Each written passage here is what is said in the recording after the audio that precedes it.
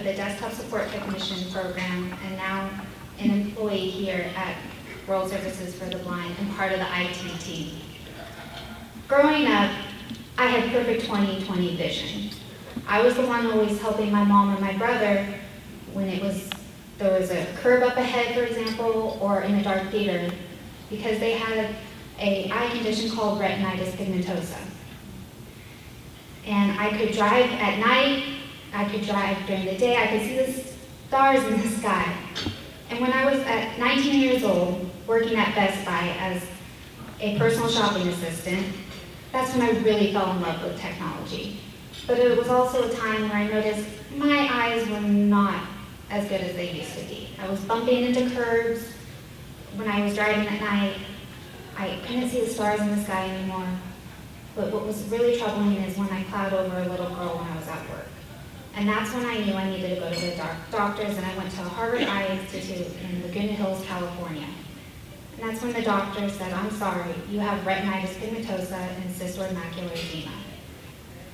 And to put it in perspective, the way I see, I have about 7 degrees of visual field left.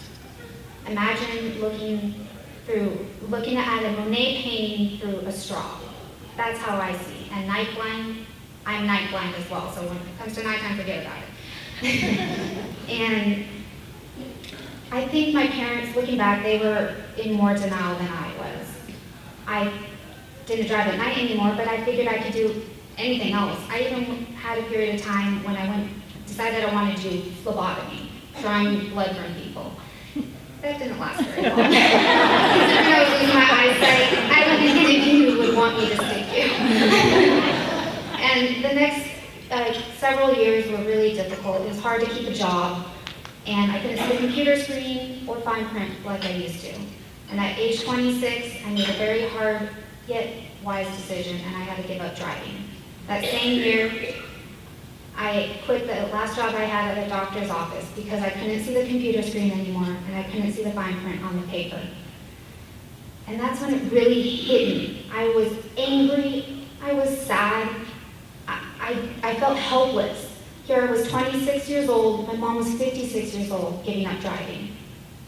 But looking at how much it affected my mom when growing up, I saw how much she was affected by losing her eyesight.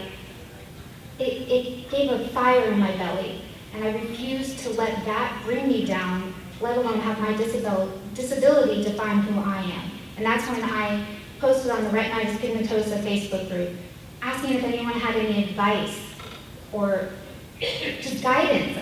And that's when they recommended that I contact my local Department of Rehabilitation Center, and I did.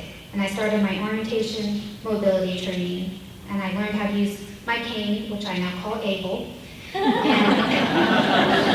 And they recommended that I go to the Orientation Center for the Blind up in Northern California. And I did. For the next 6 months, I did my JETA training, as I call it, because I had to do everything under sleep shade, from orientation mobility, braille, cooking, cleaning, computers, and assistive technology. Towards the end of my program, I knew I could live a happy and independent life dealing with my vision loss, but something was missing. And thankfully to my computer instructor at OCB, and she's like a mentor to me, she really inspired me to pursue my dream in technology. And that's when I found out about World Services for the Blind. And after many correspondence with Rebecca Reed, who was so helpful because I had so many questions, but I knew that this is where I wanted to go and what I wanted to do. That's right, this Southern California girl was going to Little Rock, Arkansas. And yes, I had my doubters.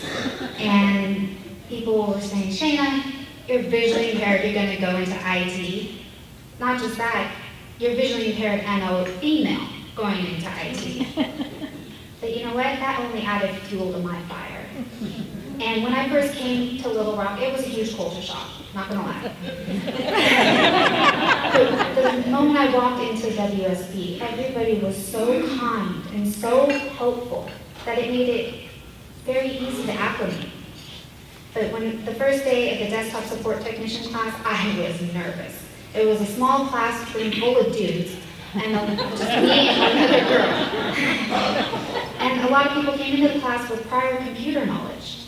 It came to the hardware. I'm like, what's a Northbridge, Southbridge, Scuzzy? Scuzzy, that sounds like the name of a drink. But I was eager and very passionate to learn.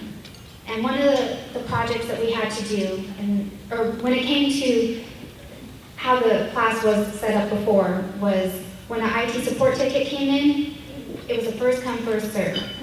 And so when the ticket came in, everyone was like a flock of vultures ready to attack that ticket and to prove themselves to their peers and everyone around them. Did I want to step up? Absolutely. But I was nervous, I was scared, and I didn't believe in myself and my abilities. And then we had a project that we had to do in class, and where we had to put a parts list together to build a custom PC. I was pretty confident about mine. But little did I know that mine, along with 2 others, would be chosen as the top 3 for our class to decide and vote on then to which one we would end up building. That's right, my PC build was the one chosen. It was a Core i3 Skylake processor, 8 gigabytes of RAM, solid state drive. I know you guys are thinking, what the heck is that? Just know it's really cool and really fast. And I began to really reflect after that in my circumstances. And I noticed that my former instructor and my current colleague, Brian Upshaw, saw something in me that I just didn't see in myself. He saw abilities in me that I didn't see. And I noticed shortly after that others were seeing the same thing and silently paving a way for me to reach the top. I knew I had my work cut out for me, but I also knew everybody at WSB had my back. And when I look at WSB, everybody, all the staff, all the clients, they hold a special piece to the puzzle. And when I first also came to WSB, I looked at it as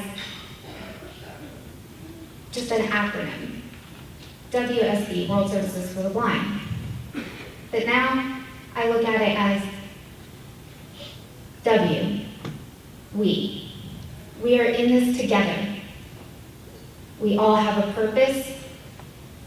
We all have, although we are losing our sight for S, we also have a vision to keep moving forward. And to be bold for B. And to boldly go where no one's gone before. And when I also think of WSB, I've come to realize it's like a kaleidoscope. That no matter who comes in those doors, it always creates a beautiful pattern with many shapes, designs, and colors. And turning to look at it from a new perspective, when you turn it, you look at it from a new perspective, which reveals a new image that is just as magnificent as the last. Now, you guys have heard my story today. That's just one page of the story of there's over 13,000 lives that have been impacted, and you just heard mine. Really put that into perspective, ladies and gentlemen. World Services for the Blind has been such an impactful time for me. It's really honestly hard to convey and put it into words. I really appreciate all of you being here today. Thank you so very much.